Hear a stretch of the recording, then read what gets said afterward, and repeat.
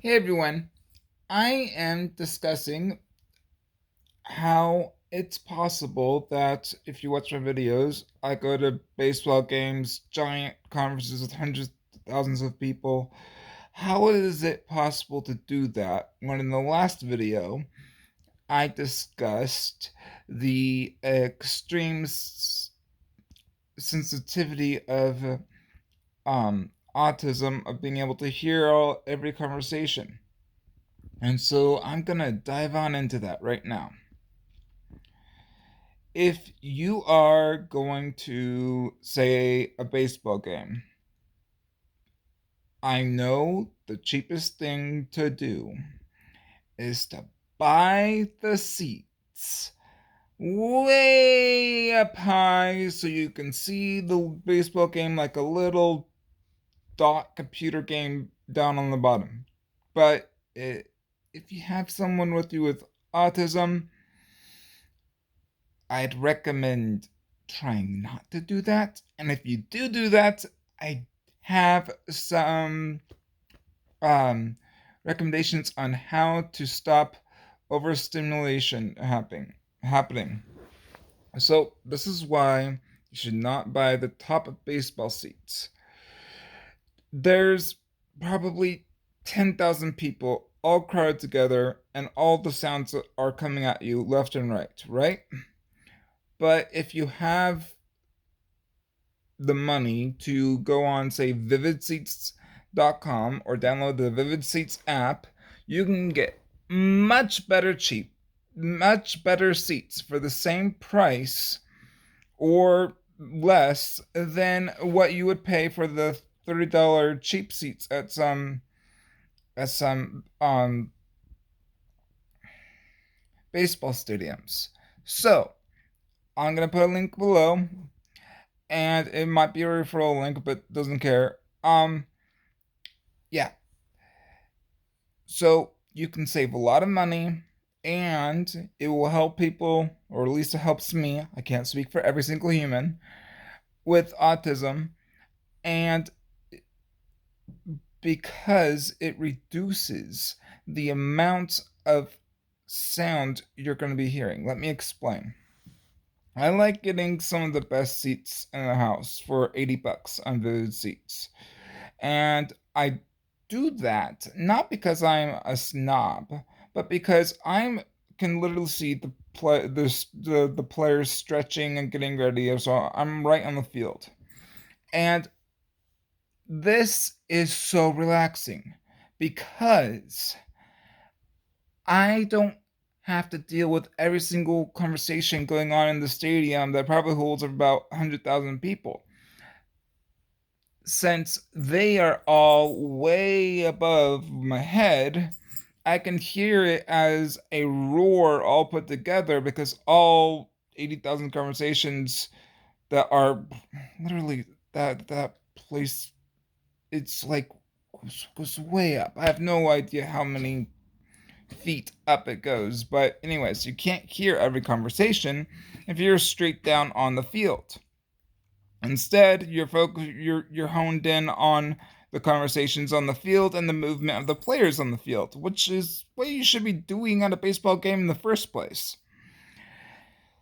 So, that is what I suggest doing. But if you can't afford that, here's some great tips to help you through it.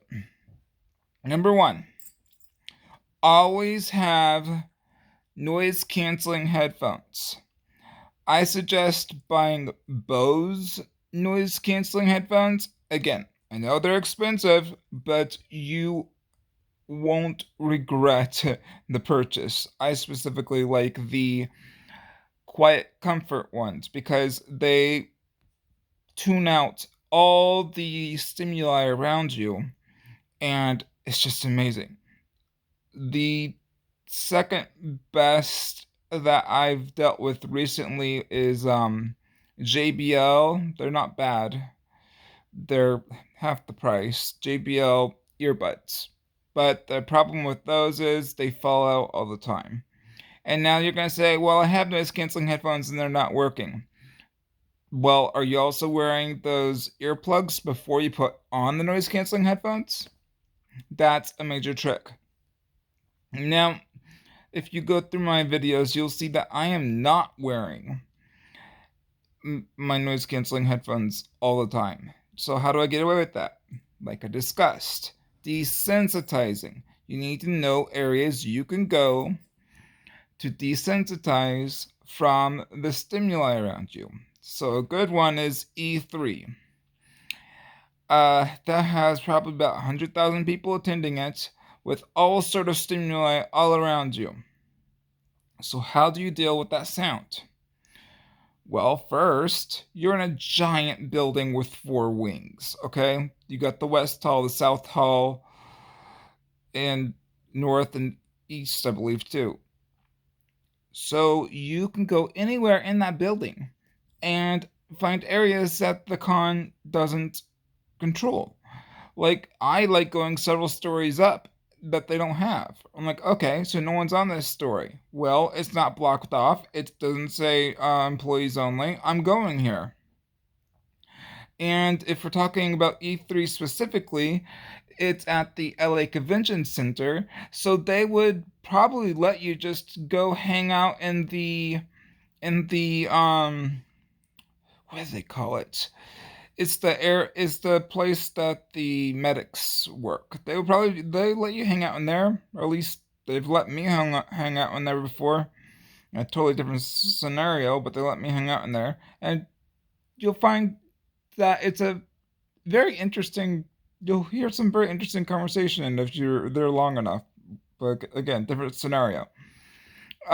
Anyways, that's a good place to synthesize because if you go to the medics area, there's only three on staff, if I recall correctly, and they're pretty quiet unless they start having a conversation. But if they're having a conversation, there's only three of them, so that's great. And also, it's in an isolated area of the building. So, not isolated off by itself, but no one knows where it is, so you don't get all the noise.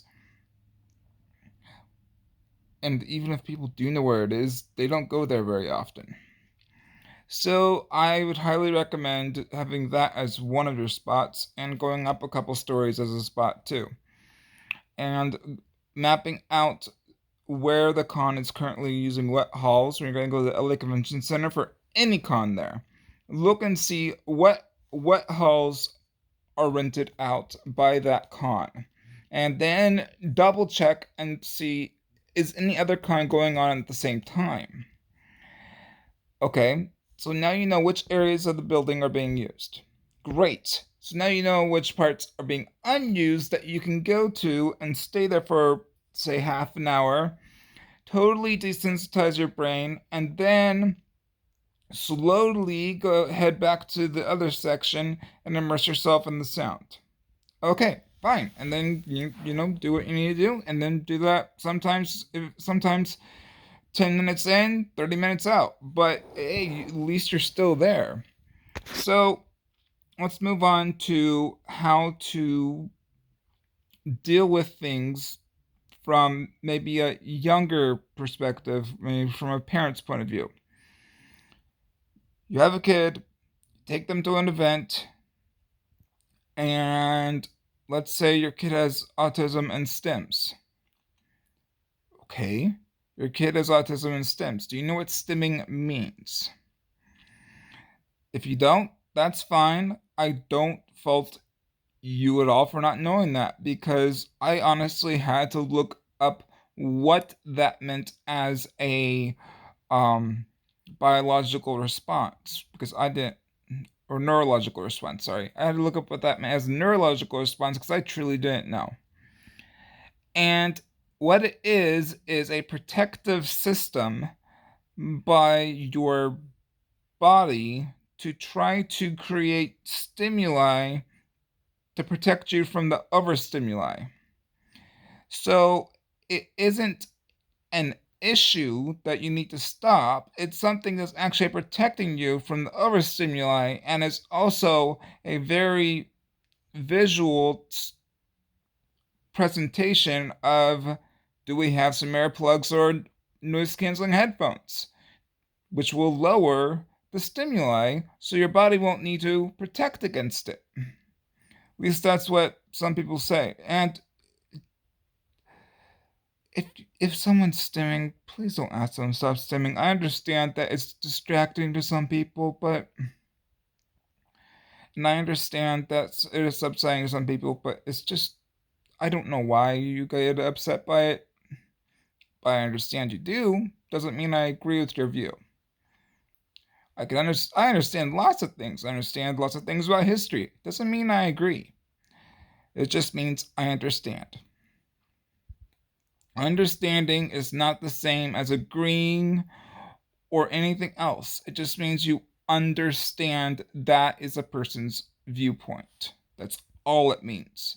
That's their viewpoint, and you understand that's their viewpoint. Doesn't mean I understand and agree. That's not what understand means. But I'm about to get into an English video here because I'm very into grammar, and so let's not do that. Let me avoid that by getting back on topic. So we've covered stimming, we've covered noise canceling headphones, we've covered earplugs and noise canceling headphones. What about fireworks? I should probably make a whole video about fireworks by themselves. But fireworks, you again need a desensitizing zone.